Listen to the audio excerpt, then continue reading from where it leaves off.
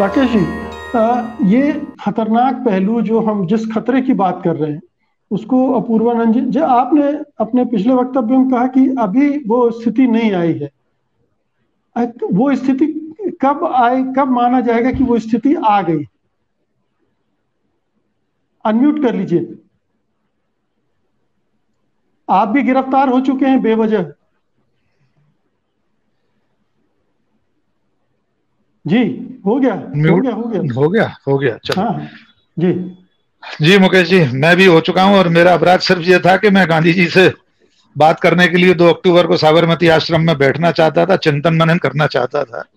खैर मैं अपना विषय नहीं यहाँ लाना चाहता, लेकिन ये बात सही है, जो प्रक्रिया चल रही है, कानून व्यवस्था बिल्कुल खत्म हो गई है।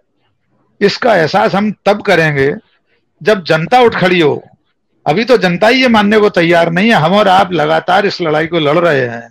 अपूर्वानंद जी जो नाम देना चाह रहे हैं, मुझे एक नाम सूझ गया, वो नाजी आरे करके, जो हिटलर की जो एक हरावल दस्ता था, जो किसी के भी घर में घुस जाता था, उठा लाता था, पकड़ लेता था बिना वारंट के, बिना पड़ताल के। तो ये नाजी आरे जैसे हो गए हमारे पूरे प्रशासनिक तंत्र में शामिल तमाम सारे विभाग।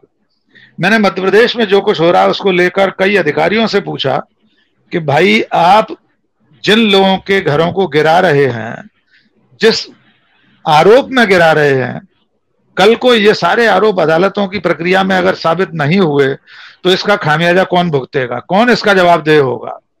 कोई जवाब देने वाला नहीं है।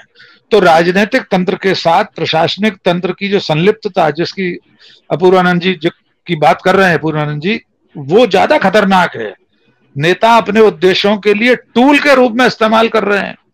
लाल बहादुर शास्त्री अकादमी में आईएएस में सिलेक्ट होने के बाद जो प्रशिक्षण प्राप्त किया था, क्या देश भर के आईएएस और जो आईपीएस हैदराबाद में पढ़कर आते हैं, क्या उनके दिलो दिमाग में एक बार भी ये प्रश्न नहीं उठता कि हम राजनीतिक आकाओं को प्रसन्न करने के लिए अपने संवैधानिक शपथ का ही उल्लंघन कर रहे हैं?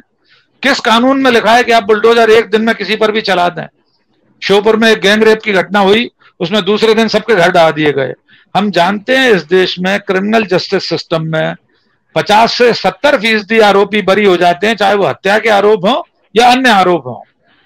तो कानून की कोई प्रक्रिया का पालन नहीं हो रहा। लेकिन फिर भी मेरा मानना यह है कि अभी इससे ज्यादा अराजकता आने वाली है मुकेश जी। मैं उस दिन का इंतजार कर रहा हूं जिस दिन जनता को यह समझ में आए। हमें और आपको तो आ रही है, हम तो लगातार आप और हम बहस करके चेता रहे हैं लोगों को, लेकिन मैं पूरी श्रद्धा से चाहता हूं कि वो चरम आए जबकि गुप्ता जी की गुमटी टूटने पर उन्हें समझ में आए, जिस तरह कल रो रहे थे गुप्ता जी को ही, तो सबका नंबर आएगा। शिवाजी ने बिल्कुल ठीक कहा कि इसकी शुरुआत मुसलमानों से हुई थी, पर इसकी इज्जत में आना सबको है। तो गुप्ता जी, शर्मा जी, पाठक जी, तोमर साहब सब आएंगे इसमें। फांसीवाद अपने जनक और जननी को खा जाता है, ये इतिहास सिद्ध उक्ति है। तो मेरा मानना यह कि ये पहला ग्रास है। अभी मध्य प्रदेश की एक घटना में जोड़ देना चाह रहा हूं डॉक्टर मुकेश जी।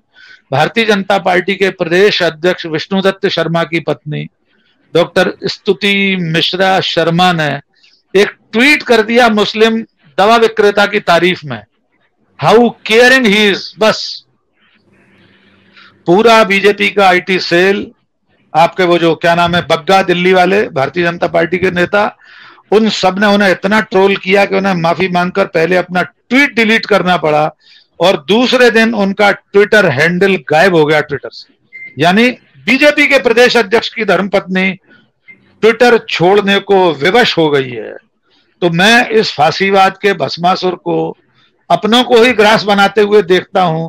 मैं चाहता हूं कि ये जब बिल्कुल यहां तक आ जाए उसका पंजा, तब मैं मानूंगा कि कानून व्यवस्था खत्म हो गई है। तो कृपया इंतजार कीजिए, आप प्रतीक्षा में हैं। तब तक तो मैं जनता से कह रहा हूं प्रतीक्षा कीजिए। हम तो नहीं कर रहे हैं, हम तो लड़ रहे हैं। हम तो जेल में बैठे हैं पूरे दिन अहमदाबाद में, सुबह से लेकर रात तक, शाम तक। उस दिन को के आने का आह्वान नहीं करना चाहिए, उम्मीद नहीं करनी चाहिए। हम आशंका जाहिर आशंका जाहिर तक तो बहुत कुछ हो चुका होगा इस देश में, बिल्कुल बहुत खून खराबा हो चुका होगा। सच कह रहे हैं। अशुभ दिन ना ही आए तो अच्छा है।